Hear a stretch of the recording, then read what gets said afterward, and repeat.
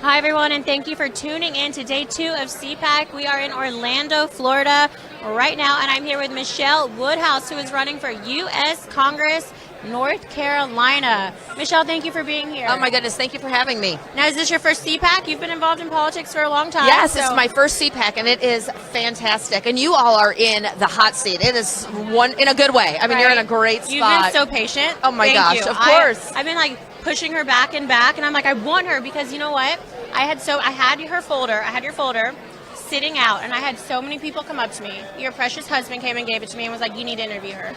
And I was like, okay, always swamped. And then 3 people there, that woman is amazing. Oh my gosh. Even a young kid. He's a kid. He's from North Carolina. He goes, you need to talk to her.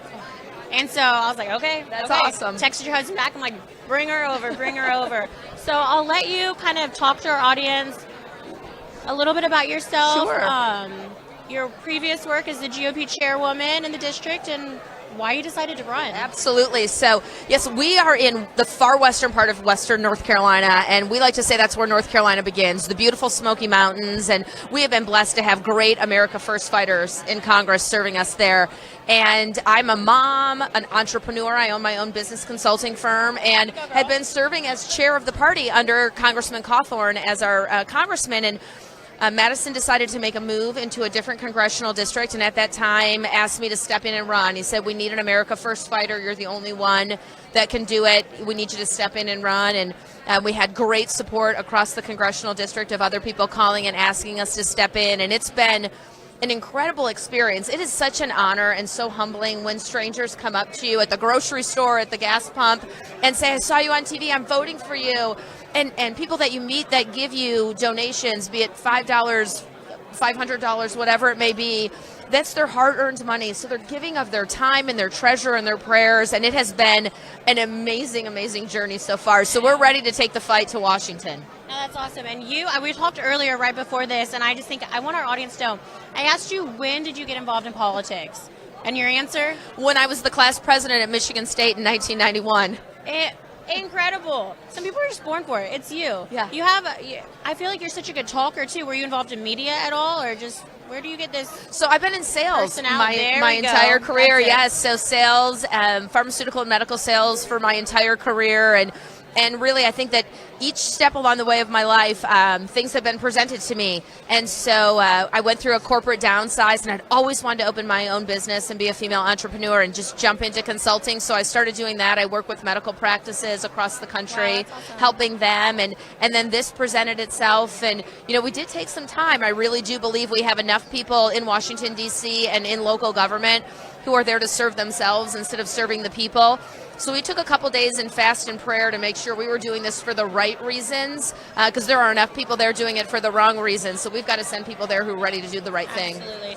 Now, we talked a little bit earlier briefly about Madison Cawthorn, of course, him asking you to run, endorsing you. Do you have any other endorsements? We do. We've been incredibly blessed to get some great endorsements. The North Carolina Grassroots Organization. We have endorsements from Steve Noble, Chris Hughes, other faith leaders throughout the district, and incredible support from some great grassroots organizations that we're really proud of. And probably many more after CPAC. The way you've been networking, like a little butterfly. I love to see it.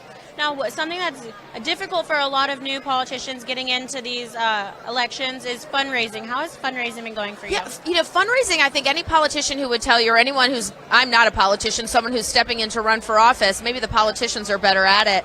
The fundraising part is really challenging. It really is, but it's such a necessary thing.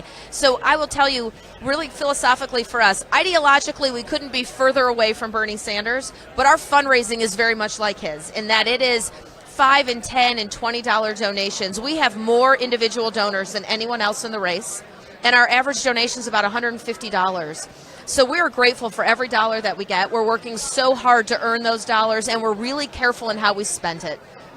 And if our audience is watching and they want to support you, where can they do that? They can go to woodhouse4nc.com, and all of our social media links are there, but they can see our platform and what we stand for. I love it. I want to make sure that we always get the websites out, because if I forget to ask a question, they can go there and check it out. Now, tell me a little bit about your district, because I know there's some confusion going on there, some redistricting. You are technically District 11, not 14, and that was as of 2 days ago? Absolutely. So the redistricting process in North Carolina has been so confusing for the voters, and it's difficult for the candidates, but at the end of the day, what's most important to me is, do voters understand who they're voting for, who's going to represent them in Raleigh, who's going to represent them in Washington, D.C.? Our redistricting has been going on about 6 months, and it has been just a really challenging and difficult process. Eric Holder was living in North Carolina for about a year. We know there was dark money coming into North Carolina to try to control the district. So we're the 11th.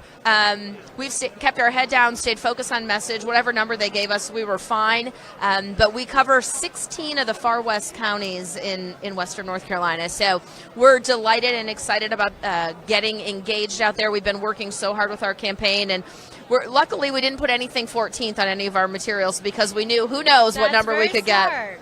Is your husband in charge of the marketing? Because if so, he deserves a round of applause. Yeah, absolutely. He's in charge of a lot of things. Now, what other policies does your campaign stand for? When I look at what our campaign is really built on, it's true conservative platform. I consider myself a conservative that votes Republican, and our platform is the foundation of it is the pro-life movement. We've been very blessed to be in Washington, D.C. on the steps of the Supreme Court during the Dobbs hearing, which was fantastic, and then back for the March for Life. And so to us, if we don't get the life issue right, none of the other issues really matter. So we're focused on that. But when we get on the floor of the House, the first things that we're going to address are going to be closing our border, getting America energy independent again, opening up the pipelines, ending the mandates, so moms know that our kids are in school, they're not wearing masks, there aren't any plexiglass boxes. We've got to get back to getting rid of these mandates, vaccine mandates for people who want to work. Those need to be cleared out completely. And then we absolutely have got to do a thorough investigation and prosecution of Dr. Fauci. Absolutely. And last thing, do you have social media? We do have social media. We're all over Twitter, Instagram, Facebook, Getter. You can find us in any of those places. If they visit the website, woodhouse4nc.com, you can link up to all of our social media. Are you verified on Getter? If not, I know a guy. Okay, you know a guy. All right. All right. Tell Eddie to text me, and we'll make sure your account is. There we go. Right, thank you so much. Thanks we appreciate for having me. time. Oh my gosh, it's been so wonderful. Thank you for being here. What an Stay here incredible all day. environment. We love it. All right, see ya.